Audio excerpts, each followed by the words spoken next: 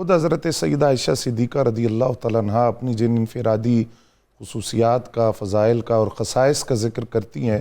اس میں ایک بات آپ یہ ارشاد فرماتی ہیں کہ میں تمام ازواج مطہرات میں سے وہ واحد ہوں کہ جن کی ماں بھی مہاجرہ ہے اور والد بھی مہاجر ہے۔ سبحان اللہ۔ میری والدہ حضرت ام رومان رضی اللہ تعالیٰ عنہ، انہوں نے بھی ہجرت کی، اور میرے والد نے تو ایسی ہجرت کی کہ قرآن نے ثانی اثنین کے الفاظ کے ساتھ ان کی ہجرت کو بیان سابقون میں بھی ہو گیا نا والدین۔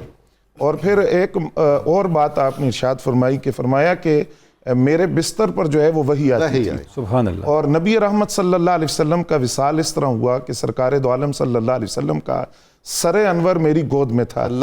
اور میرے حجرے میں وصال ہوا۔ اب یہ جو حجرے میں وصال والا لفظ ہے، اس کو تھوڑا سا ہم ذرا کھولتے ہیں ضرور۔ یہ وہ حجرہ، اس کا مطلب یہ ہے کہ جہاں سرکار کا وصال ہو رہا ہے، یہ سیدہ عائشہ پاک کا حجرہ ہے۔ اس کا مطلب ہوا کہ 70,000 فرشتے جہاں صبح آ رہے ہیں اور 70,000 جہاں شام آ کر سلام پیش کر رہے ہیں، وہ حجرہ عائشہ صدیقہ رضی اللہ تعالیٰ عنہا ہے۔ اور اس سے آگے بڑھ کر کہ تمام محدثین کا اتفاق ہے کہ زمین کا وہ ٹکڑا جہاں حضور آج آرام فرما ہے، وہ عرش سے بھی افضل ہے، بیت اللہ سے افضل ہے، جنت سے افضل ہے، جہاں نبی علیہ السلام آج جلوہ گر ہے، تو زمین کا وہ ٹکڑا حجرہ عائشہ صدیقہ رضی اللہ تعالیٰ عنہا ہے۔ پھر آپ کے انفرادی خصائص اور فضائل میں سے آپ فرماتی ہیں کہ میں نے جبریل امین کی زیارت کی ہے۔ نبی علیہ السلام ایک مقام پر کھڑے تھے، آپ نے سواری پر ہاتھ رکھا ہوا تھا، اور نبی علیہ السلام کسی سے کلام کر رہے تھے، تو میں نے عرض کیا حضور آپ حضرت دہیہ کلبی رضی اللہ تعالیٰ عنہ کے ساتھ بات کر رہے تھے اور آپ نے ان کی سواری پر ہاتھ رکھا ہوا تھا، تو حضور نے فرمایا عائشہ تم نے دیکھا ہے؟ میں نے عرض کیا حضور میں نے دیکھا ہے۔ فرمایا وہ دہیہ کلبی نہیں، وہ جبریل امین تھے،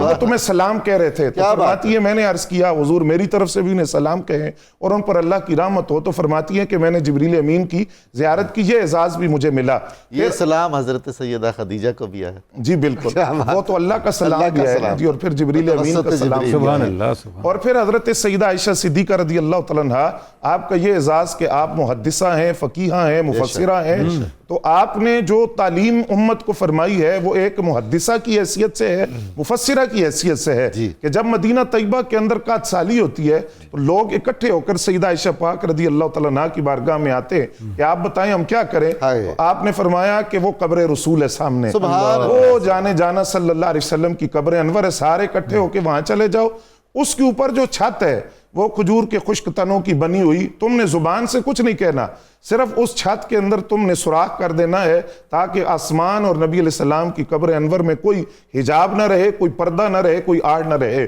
اب تم نے زبان سے کچھ نہیں کہنا، جب وہ چھت کے اندر سوراخ ہو جائے تو پھر خدا جانے اور مصطفیٰ جانے، بس تم نے وہاں یہ عمل کرنا ہے۔ صحابہ کرام رضوان اللہ تعالی علیہ مجمعین نے ام المومنین سیدہ عائشہ صدیقہ رضی اللہ تعالیٰ عنہا کی رہنمائی میں جب یہ عمل کیا تو وہ فرماتے ہیں کہ بس وہ چھت میں شگاف کی ضرورت تھی کہ بارش برسنا شروع ہو گئی۔ ملا علی قاری کے وہ لفظ میں یہاں ضرور عرض کروں گا جو آپ نے اس روایت کے تحت لکھے، آپ فرماتے ہیں کہ جب قبر رسول آ رہا آسمان میں، کوئی پردہ نہ رہا، تو آسمان نے رسول اللہ کی قبر انور کو دیکھ کر رونا شروع کر دیا، وہ بارش برسنا شروع ہو گئی۔ تو حضرت سیدہ عائشہ صدیقہ رضی اللہ تعالیٰ عنہا نے امت کو یہ ایک پیغام دیا۔ اور پھر حضرت سیدہ عائشہ صدیقہ رضی اللہ تعالیٰ عنہا کا یہ اعزاز بھی ہے کہ یعنی نبی علیہ السلام کی ذات کے ساتھ وارفتگی دیکھیے کہ سورہ احزاب کی جس وقت آیت اترتی ہے جس میں اللہ کریم اپنے حبیب صلی اللہ علیہ وسلم کو حکم ارشاد فرماتے ہیں کہ آپ اپنی ازواج سے پوچھیں اگر ان کو دنیاوی زیب و زینت کی ضرورت ہے، مال کی ضرورت ہے، تو آپ ان کو دے کر اچھے احسن طریقے کے ساتھ اپنے آپ سے جدا کر دیں۔ نبی علیہ السلام نے جب یہ بات سیدہ عائشہ پاک کے سامنے پیش کی تو بڑے کمال کے لفظ ہیں حضرت سیدہ عائشہ صدیقہ رضی اللہ تعالیٰ عنہا کے۔ حضور نے فرمایا عائشہ جواب دینے میں جلدی نہ کرنا، اپنے والدین سے مشورہ کر لینا۔ تو انہوں نے فوراً عرض کیا حضور مجھے مشورہ کرنے کی ضرورت نہیں ہے، آپ کے بارے میں مشورہ کروں گی حضور، آپ کے والد سے مجھے مشورے کی ضرورت نہیں ہے، میں بغیر مشورے کے اللہ کو، اس کے رسول کو اور آخرت کو قبول کرتی ہوں۔ پھر سیدہ عائشہ پاک رضی اللہ تعالیٰ عنہ کی غیرت اور حمیت کا وہ منظر میں ضرور بناتے اسلام کے لیے، ان بیٹیوں کے لیے جو اسلام کی آغوش میں پلتی ہے کہ اسلام کے لیے کس قدر انہیں حساس طبیعت رکھنی چاہیے کہ جب ایک یہودی نبی علیہ السلام کی خدمت میں آیا اور لفظ بولا السلام علیکہ، کہ سام کا معنی موت کا ہے، اور یہ لفظ جس طرح رائنہ کا لفظ بولتے تھے، تو سیدہ عائشہ پاک پردے میں یہ بات سن رہی تھی۔ آپ نے وہاں سے فرمایا تجھ پہ موت ہو اور تو اللہ کی رحمت سے دور ہو اور تجھ پر اللہ کا غضب ہو۔ نبی علیہ السلام نے فرمایا کہ عائشہ آپ نرمی اختیار کریں،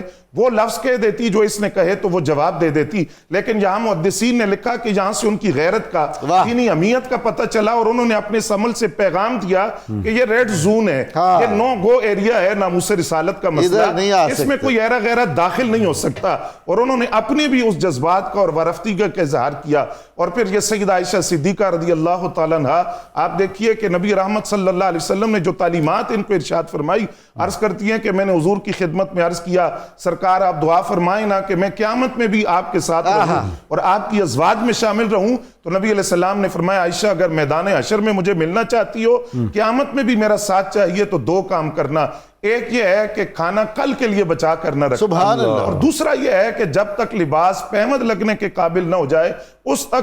وقت تک اس لباس کو پرانا سمجھ کر سبحان اللہ. پوری زندگی نبی علیہ السلام کی یہ جو وصیت تھی اس پر آپ کاربند رہی. جس طرح آپ نے انٹرو میں فرمایا کہ 70,000 دینار آپ نے صدقہ کیا لیکن اپنے لباس پر آپ کے پہمد لگے تھے. اور پھر یہ فرماتی ہیں حضرت مسروق رضی اللہ تعالیٰ عنہ فرماتے ہیں سیدہ عائشہ پاک کی خدمت میں حاضر ہوا, آپ نے فرمایا کہ جب میں پیٹ بھر کر کھانا کھاتی ہوں تو پھر میں زاروں کی طرح روتی ہوں اور مجھے اس بات پر رونا آتا ہے کہ میرے جو محبوب ہیں صلی اللہ علیہ وسلم وہ دنیا سے اس حالت میں گئے کہ انہوں نے ایک دن میں 2 مرتبہ پیٹ بھر کر کبھی روٹی اور گوشت نہیں کھایا. مجھے نبی علیہ السلام کا وہ فاقہ, وہ زہد, وہ قناعت یاد آتی ہے. تو سیدہ عائشہ پاک رضی اللہ تعالیٰ عنہ کی جو ایک ذات ہے وہ اتنی صفات جلیلہ اور اتنے خصائص کا وہ مجموعہ تھی اور ان کی ذات کے اندر اللہ نے اتنی خوبیوں کو جمع فرمایا. سبحان اللہ, بہت خوب, بہت شکریہ, بڑی نوازش.